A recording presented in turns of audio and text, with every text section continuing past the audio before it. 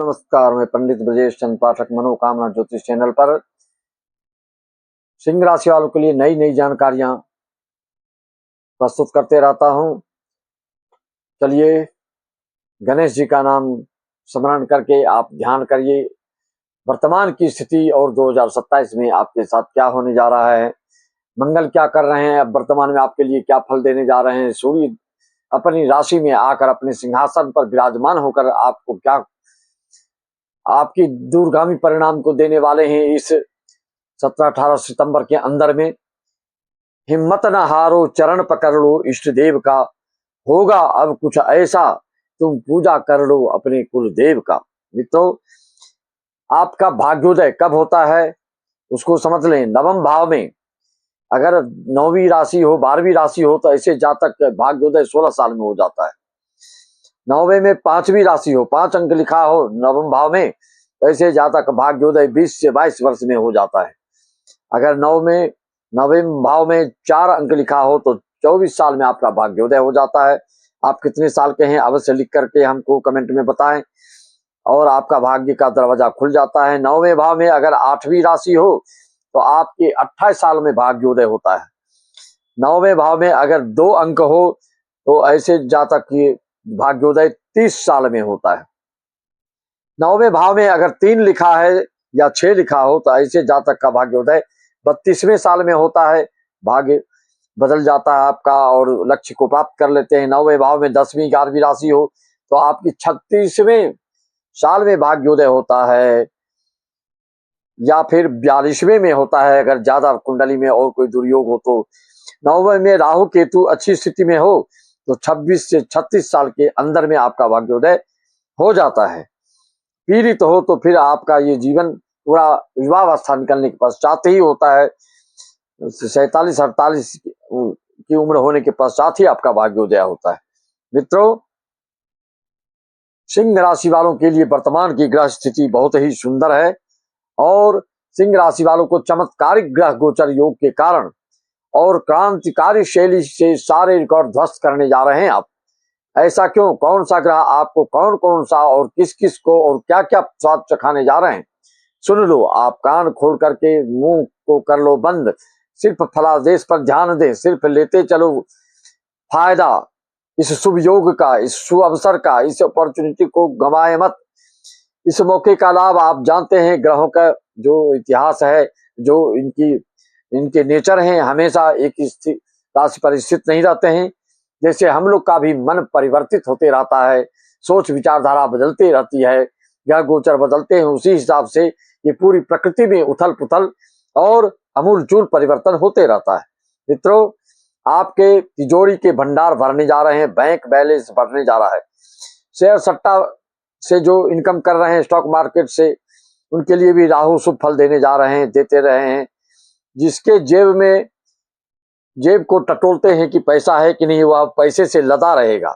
मित्रों, हजारों करोड़ों लाखों वाले करोड़ों वाले अरबों में खेलेंगे, हाथ मार रहे हैं और अभी मारते रहोगे। अगर सक्रियता नहीं दिखाओगे, कंसस नहीं रहोगे, अलर्ट नहीं रहोगे तो इस मौके का फल आपको नहीं मिल पाएगा। सूर्य अपनी राशि में आ चुके हैं और यह जानते हैं आप साल में एक बार आते हैं तो इसका फायदा आपको अवश्य उठाना चाहिए।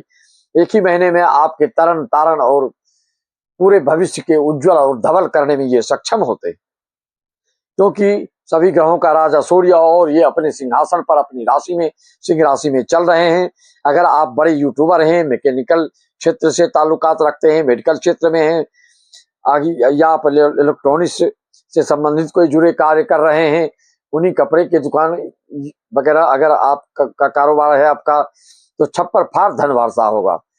मित्रों, 17 सितंबर तक और आपका जो मंगल है सिंह राशि वालों के लिए, मंगल भी बहुत योग कारक होता है। अगर मेष लग्न सिंह राशि है तो आपके लिए यह आप जानते हैं कि मंगल जो है 2 अगस्त से मिथुन राशि में चल रहे हैं और 18 सितंबर को ये 4:44 में कर्क राशि में आएंगे, व्यय भाव में आएंगे। गुरु और मंगल एक नीच के होंगे तो एक उच्च के होंगे और जहां इस तरह के योग बनते हैं, लेकिन सिंह राशि वालों के लिए मंगल शुभ फल देते हैं। जो तुला लग्न वाले सिंह राशि हैं उनके लिए थोड़ी सावधानी रखनी होगी। वाहन चालन में, दाम्पत्य जीवन में, पब्लिक से थोड़ा लड़ाई झगड़ा की संभावना बनती है, उनको विशेष ध्यान देना होगा। 12 नवंबर को सिंह राशि में मंगल प्रवेश करेंगे, तो इसका फल क्या होगा मित्रों? सूर्य का फल आप देख ही रहे हैं, किस क्षेत्र से आपका रोजगार, उद्योग धंधा, सर्विस, नौकरी है, उस हिसाब से आपको फल मिलेगा। अगर आप जिस क्षेत्र से लाभ पाना चाहते हैं तो आपकी कुंडली दशांतर दशा क्या चल रही है ये बताएं, और नक्षत्र आपका क्या है। सिंह राशि वालों को प्रशासनिक विभाग में जो कार्यरत हैं, पुलिस आदि हैं, ड्राइवर आदि हैं, कारपेंटर, डेंटिस्ट, ईंट से जुड़े कार्य वाले भी, अग्नि तत्व से जुड़े व्यवसाय वालों के लिए भी यह लाजवाब फल देगा। गुरु आपके व्यय भाव में, विदेश भाव में, पब्लिक से संबंधित, हॉस्पिटल, विद्यालय से संबंधित जो खोलना चाह रहे हैं या जो उसकी रूपरेखा में परिवर्तन करना चाह रहे हैं, तो उसमें आपको असातित सफलता मिलने जा रही है। जो शिक्षा विभाग से जुड़े कार्य में कार्यरत है, प्रोफेसर हैं, लेक्चरर हैं, हेडमास्टर हैं, उनकी पदोन्नति निश्चित तौर पे होगी। विदेश से ताल्लुकात रखने वालों के लिए भी विदेश से शुभ खबर आपको मिलेगी। विदेश में संतान रहते हैं तो उससे भी खुशखबरी आपको प्राप्त हो सकती है।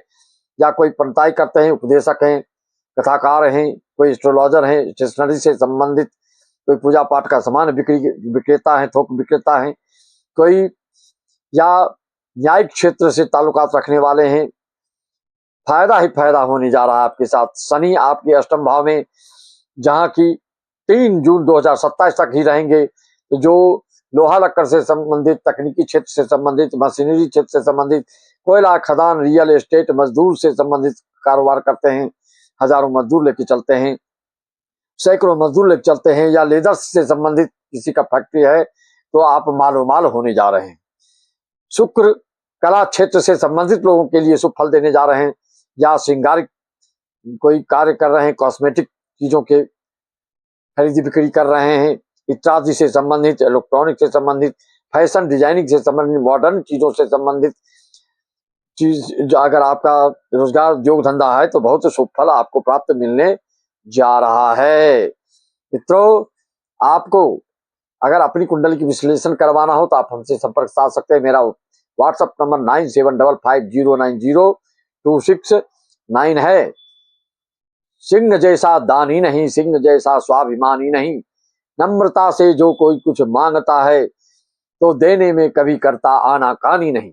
तो सिंह राशि की विशेषता, विलक्षणता, विद्वता और विचित्रता जो भी है, उसकी जानना आप चाहते हैं, अपनी सभी सिंह राशि का अलग अलग विलक्षणता होती है। ये मत समझिए कि सभी राशि का एक ही जैसा होगा, क्योंकि सिंह राशि में पूर्वा फाल्गुनी नक्षत्र, मघा नक्षत्र, उत्तरा फाल्गुनी नक्षत्र आते हैं। सबके चरण अलग अलग होते हैं, सबके ग्रह गोचर अलग अलग भाव में बैठे होते हैं, सबके अंश बल अलग अलग होते हैं।